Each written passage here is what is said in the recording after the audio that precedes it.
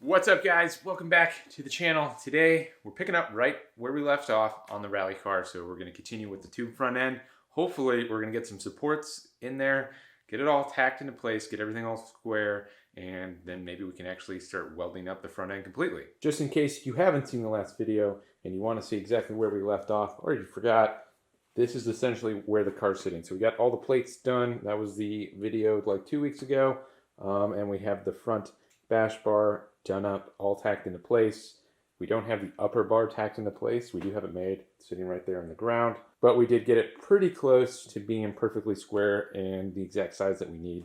There is a little bit of material that I'm going to have to remove on it to kind of get it to fit squarely on those plates that we got tucked up in there so that it actually contours perfectly to where it needs to go, and that we have a place to like mount the headlights, the radiator, all that kind of stuff. So the game plan on how to do that, I'm going to try to get everything back on there as square as possible. So I'm going to get clamps. We're going to hold this top bar into place, start getting measurements, throw the headlights into the mounts that they have on the fenders, get the little grill piece in here, drop the hood down, do a whole bunch of measurements, stuff like that, figure out that it all fits, figure out how we need to trim it. Once we get it trimmed, try to tack it into place exactly where it's going to go. And then we're going to start bracing it all with a whole bunch of support pieces that are going to be permanent and attached to the lower beefy frame rail section that we have down here. But before I get into the work on the car, I have to ask you guys something. If you like the videos, or if you are a fan of the channel or anything like that and you're not subscribed, please subscribe. It would really help out the channel a lot. Every time you watch one of my videos, if you actually like them, hit the like button. It definitely helps out a lot. It's going to get the channel a lot more exposure, and it just takes a couple seconds to smash that like button, and it would really help out, and it gives me a lot more motivation to keep the videos going. I know a lot of you guys have said that the videos have helped with your rally builds and stuff like that, which is awesome, and that's like the whole reason that I want to do this, is really just to show people that literally anyone can build a car from nothing, with just a little bit of patience and know-how, especially with the internet nowadays. There's literally immense amounts of information out there to do anything. So that's why I like to build this channel, but it would be great if we could get it to maybe build into a little bit more, and I need you guys' help for that. So sorry for the shameless plug. Now I'm going to get into work, and we're going to begin the very slow process of getting everything square.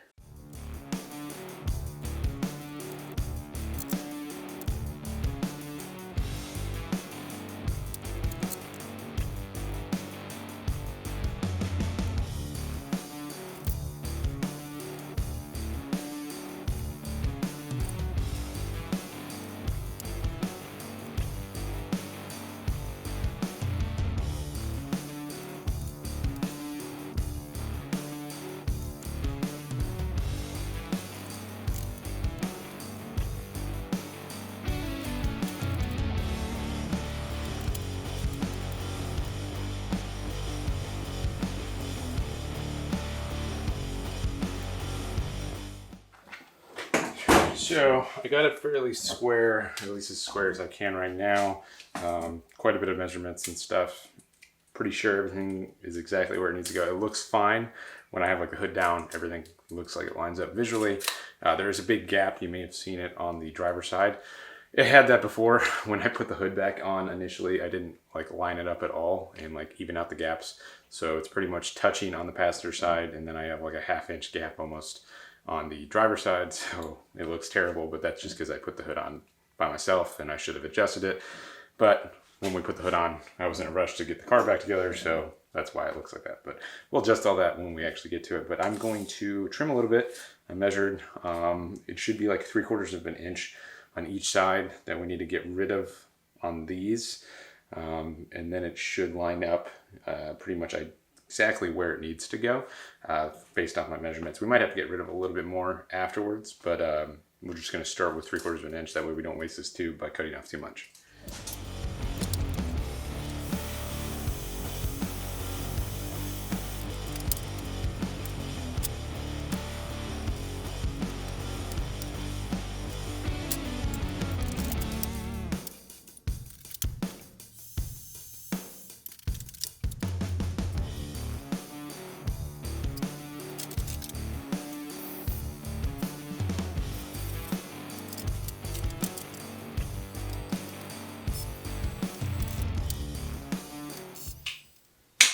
So the next step is going to be measuring from the upper bar that we just put in to the frame rail pieces. I'm just going to do a straight line piece, see if that's what I like, and see if it's close enough to that curvature that it would make sense. See if I want to put them on like an angle, like angling back, or if I just want to leave them perfectly straight. Just going to play around with that, kind of see what looks best aesthetically, and see if it makes sense to put a bend in it, and just bend all of them. It is kind of a pain using that smaller die, so that's probably why I'm a little bit more apprehensive of just bending them. But if it is a better option to bend them, then I'll definitely just bend those tubes.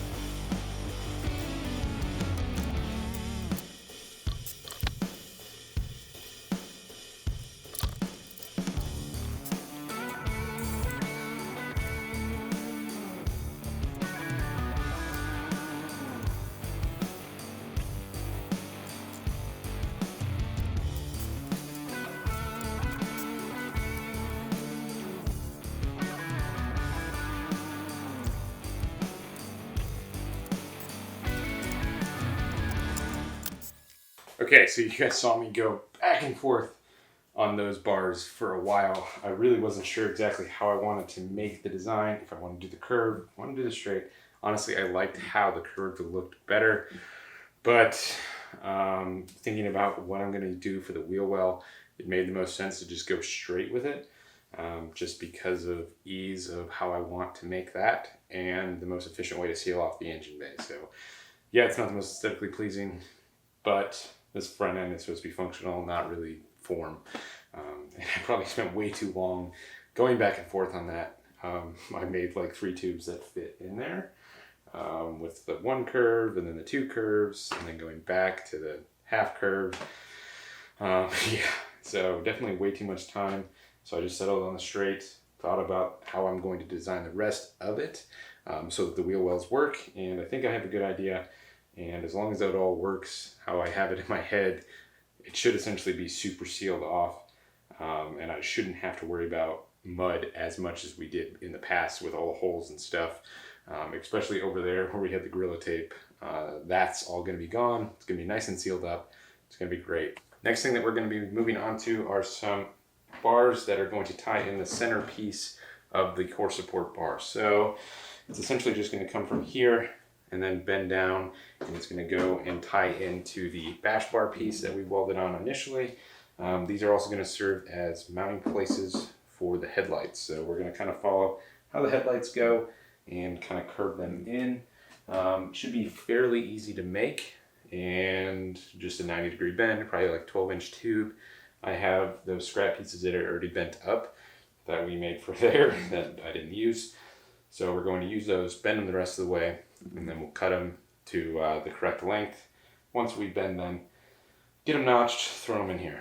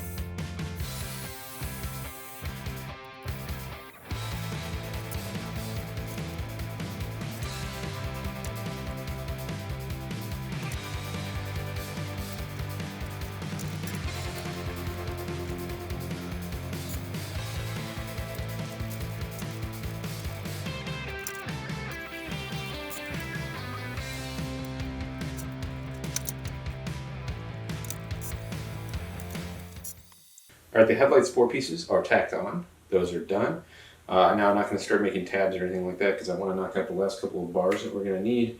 So I think I'm going to add bars that are going to support the outside of the fender over here. Obviously, it's going to be bolted up here, but even when it's bolted down here, it's going to have all this flex in it. So we're going to run a bar on the opposite side of this, obviously on the inside, coming from the core support down to the bash bar, same thing. But it's going to go on the back side of the fender right here, where it has bolt holes for 2 more bolts to actually like support it. So it's literally just going to be pretty much the same thing that we just made for these. I'm just going to make that real quick, make 2 of them, 1 for both sides, and then we'll tack those in place and keep going from there.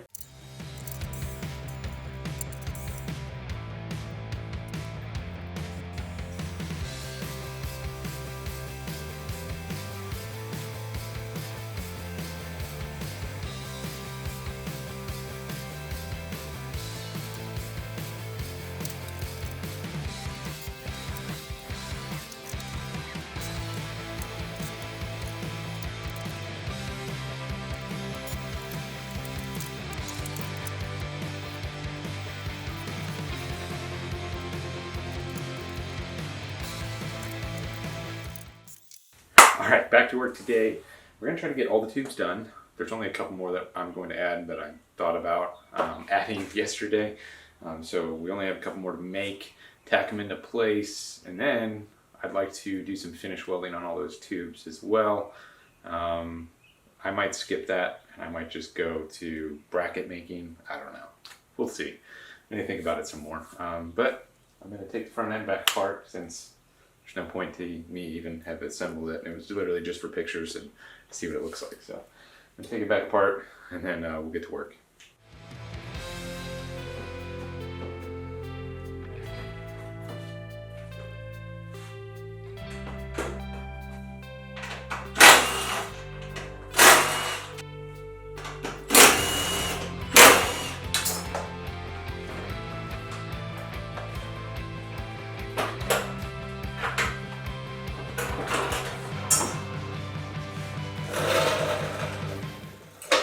So I thought more about adding in the lower section, and I think I want to do it. I'm at least going to make one and see how it looks, kind of see what kind of a support that I get for the bumper, as well as I need somewhere that I can mount my wheel well to in this section because I want to bring it all the way forward as much as I can.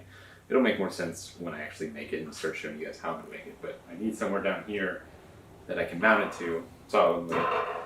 That way I don't have to worry about it coming loose or anything like that, because I already have everything up there. So I'm thinking we pretty much follow this same bend radius, essentially following the outside of the bumper.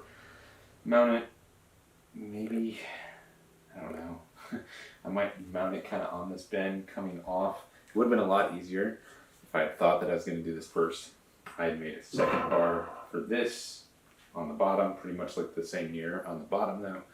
And then I wouldn't have had to make this U, and then I could have just done a couple of vertical supports. That probably would have been easier, but I already have this. I'm not going to waste this tube just because I changed my design now, and it would add a lot of undue stress and annoying headaches of having to redo that. So I'm not too concerned. The end product's still going to be fine.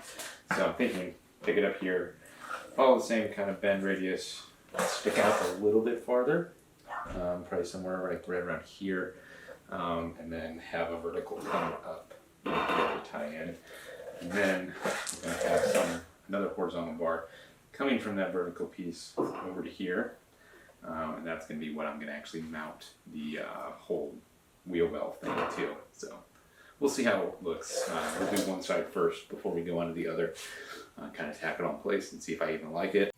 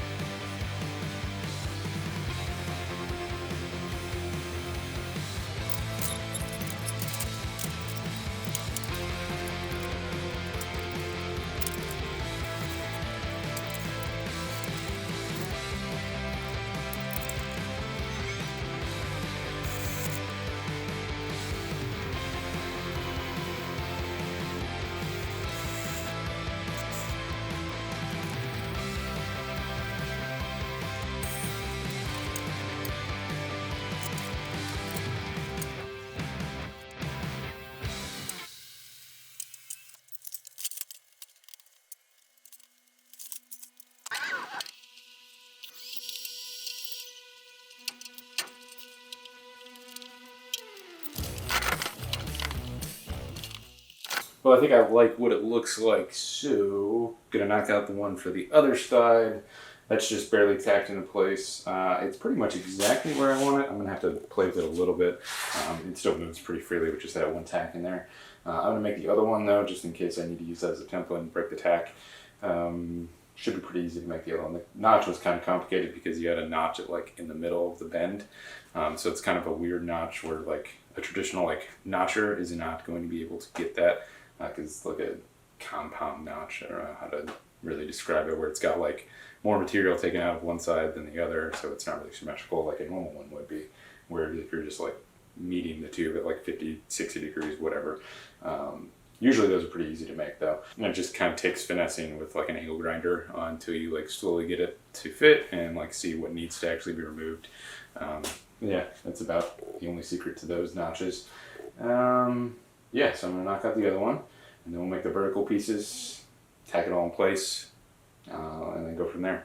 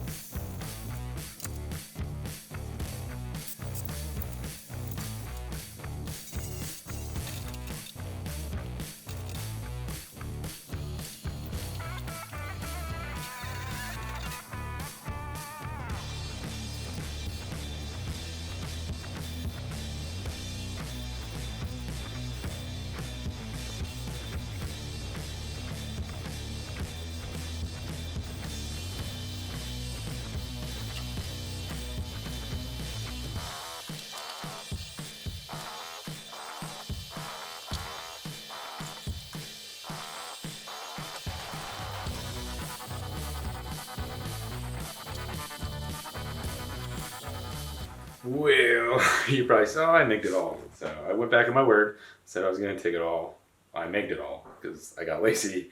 That's what usually happens when I'm doing final welding, because it's like, oh, this is so much easier. A monkey can do it. And yeah, I mean, it went fine. I kind of needed the practice of doing out of position MIG welding anyway, more so than TIGging, because I'm probably going to make more cages than just TIGging.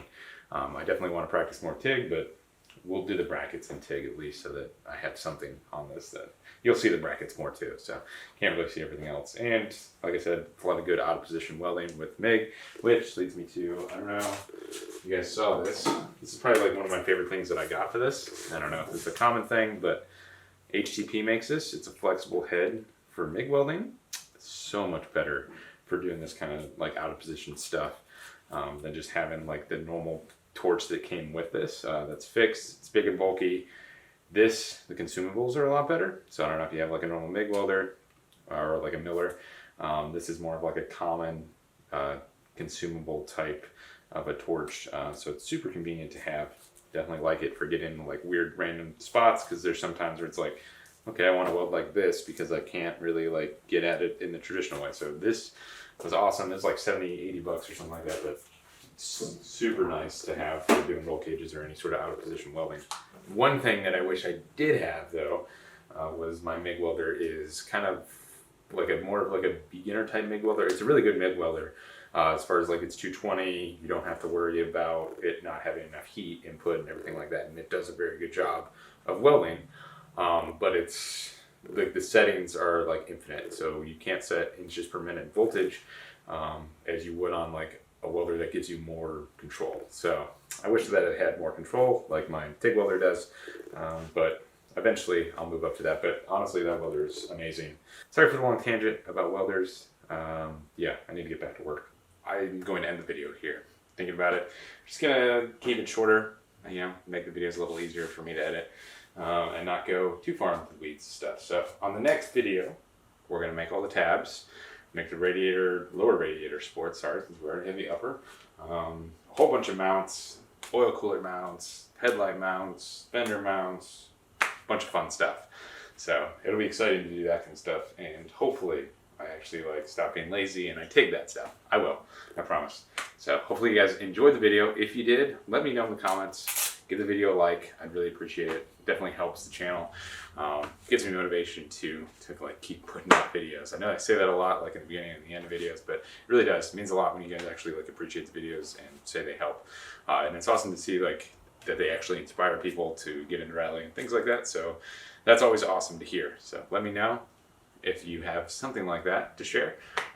I definitely enjoy it. But yeah, I'll get off my soapbox in this video. I'll see you guys with the next video where hopefully we're TIG welding tabs on and getting everything mounted up to the tube front end.